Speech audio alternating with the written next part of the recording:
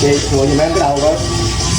Lên cởi áo nằm đi, đợi lát tôi làm cho nha. Đợi lát hết miếng xoài này thôi nha, đợi chút xíu nha. Không một áo rồi.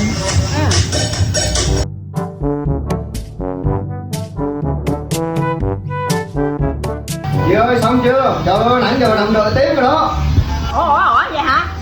Giỏi nha, nãy giờ mới ăn có miếng xoài sao lẹ như vậy mày. Đợi tôi chút nha. A few moments later. Chào mẹ, 8 giờ con về chứ ở đây chị trời. Dẹp. Cho mẹ cái gì vậy trời. Sao mẹ kêu chị vậy trời.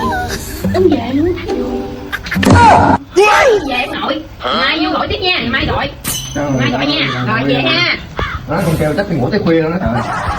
8 giờ rồi hả? Cái gì đâu mà căng quá đứt dây đàn giờ đi. Ở ngồi đâu đó mà về trời. Mai gọi.